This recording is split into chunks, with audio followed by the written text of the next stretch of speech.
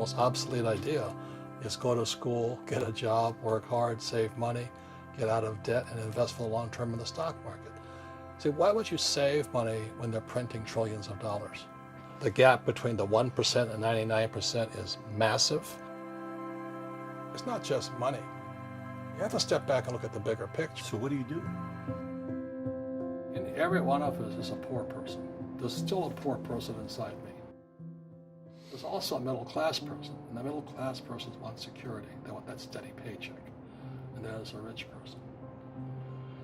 And they're all inside of us, except that it's not taught. You're taught to go to school, get a job, and get a paycheck. You're not taught to how to get rich. If you read Rich Dad, Poor Dad, my rich dad refused to pay me. He said the paycheck was one of the most damaging things you could take in your life. He says the moment you take a paycheck, you're an employee, and that's the mindset. So my rich dad never paid me. It drove my poor dad, government employee, nuts. You gotta pay people, you gotta pay people. And Rich Dad was not saying that the paycheck was bad. He says you didn't want to be a slave to money. So as an entrepreneur, if Rich Dad folded, I just started another company. I don't need a paycheck. I don't need anybody to take care of me. If my government doesn't like me, I move to another country because they need entrepreneurs. Mm-hmm. So the entrepreneur is not so much the business. The entrepreneur is really the mindset and the skill sets and the different set of rules. You see, I don't operate, small business does not operate in the same rules as big business. Entrepreneur is a mindset first, a skill set, and rules. And depending upon whether you're an employee or a small business, mm-hmm. the rules are different. The mindsets are different, the skill sets are different.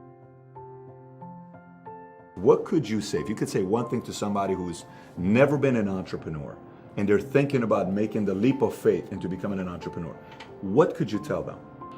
Well, I'll just tell them the same thing that happened to me. My last paycheck, I still remember it clearly. It was one of the worst and the best days of my life. And I was in Puerto Rico. I was working for Xerox. And my boss gave me my last, it wasn't a paycheck, it was a bonus check. I think it was about $30,000, taxable, it's the only problem with that. So I got this check and I went, holy mackerel. You know what I mean? So I was excited, but I was also disturbed. And so this other guy comes up to me, his name was John, and John says to me, he says, you're gonna be back. I said, why? He says, because you're gonna fail. I looked at him and said, look, few expletive words. Because that's what he did. He left Xerox, failed, and he came back. And I said, look, you failed and you came back, but I'm going to fail and I'm never coming back. And that's the attitude. Do you know what I mean? Absolutely. If you say, well, if I fail, I'll go back to mommy and daddy, then that's what you'll do. So if you fail, that's when I became an entrepreneur, because I had no money. I had no money for years. I didn't have a paycheck. But that's what my rich dad encouraged me to do. He says, when you don't have this paycheck, you get hungrier, smarter, and it's a test of your character. Will you become a crook? Will you become dishonest? Will you cheat and steal? Or will you become a better human being? So really, that's the benefit of becoming an entrepreneur, is you really find out who you are when you don't have anything. He says you always have to look at the big picture. Too many people look at, well, what's going to happen to me?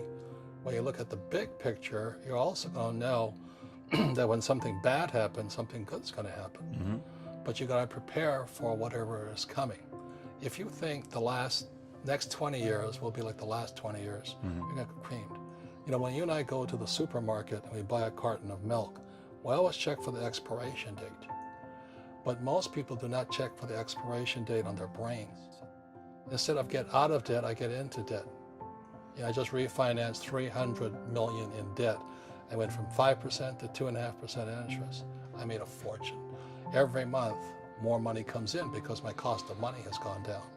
So while some financial experts are saying get out of debt, I'm saying learn how to use debt. Mm. See, when I came back from in Vietnam in January of '73, mm-hmm. the first thing my rich dad said to me was go to school to learn how to invest in real estate. It wasn't real estate, it was how to use debt and taxes. Debt and taxes make the rich richer. Debt and taxes make the poor and middle class poor. are doctors and lawyers or, those guys, they're getting creamed. And they don't know why. Doctors are getting creamed.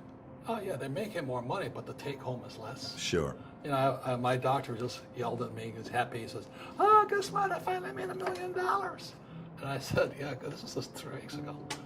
And so I said, "Yeah, well, how much you pay in tax?" This is 2014. He says, $750,000 in taxes. So his net was about $400,000. That's not bad. But when I make $1 million, I keep $1 million. And the reason is because I don't make it by working for money. See, if you work for money, you're taxed. So that's why lesson number 1 in Rich Dad Poor Dad is the rich don't work for money. What we do instead is we create businesses as entrepreneurs. We acquire real estate. I don't invest in the stock market. Okay? So the reason is because as entrepreneurs, I have more control over my income, how much I make, and how much I pay in taxes. And because I'm an entrepreneur as well as an investor in real estate, I pay 0 tax.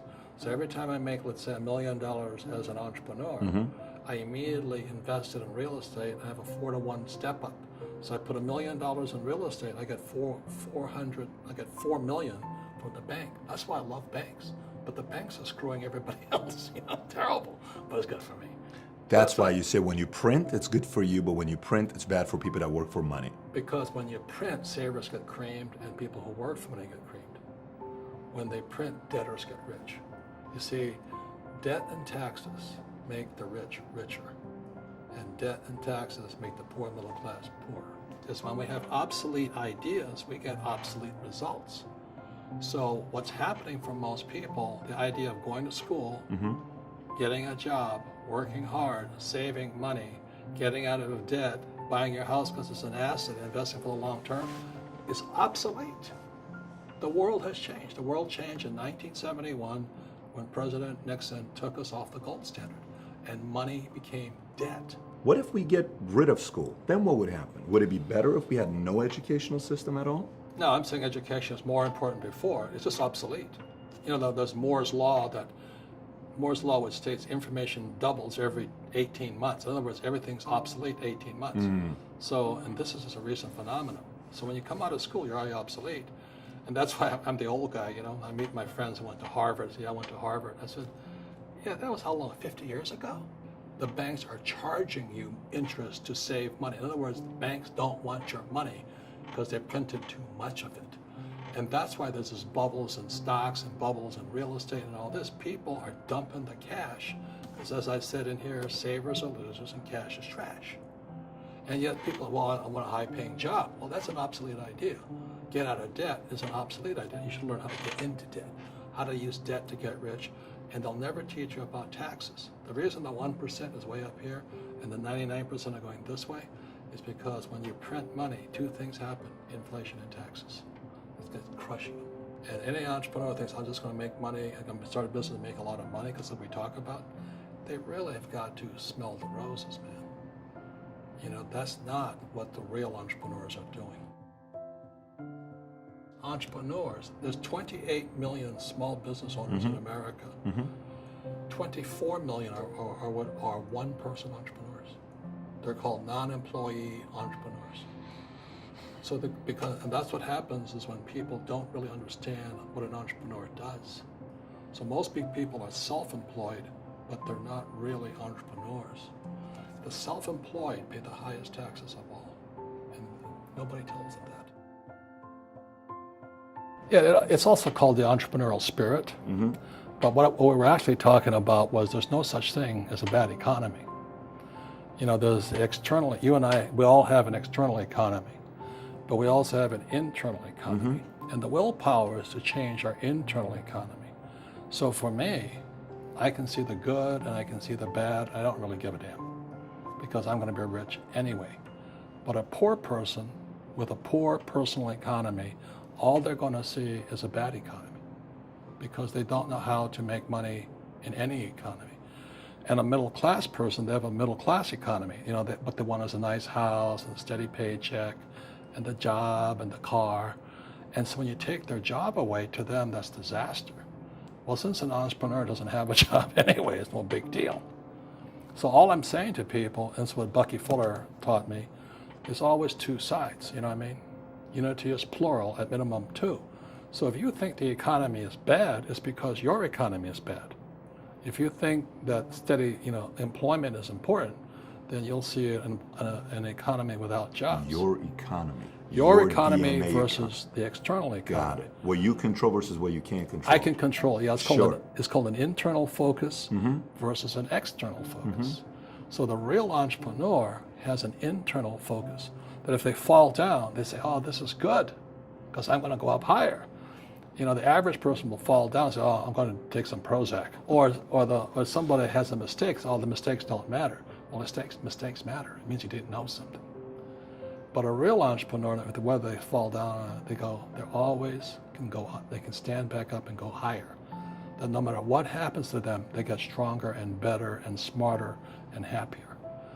But a person with a weak internal mindset is that they're so afraid of what happens, it generally happens. Like, people who are afraid of losing their jobs, they generally lose their jobs. You know what I mean? Yeah, no doubt. So everything comes through you. Yeah, so the entrepreneur first job is to control inside here, not outside there. He says the moment you take that paycheck, you're an employee. You've got to be stronger than that. It's about inside control.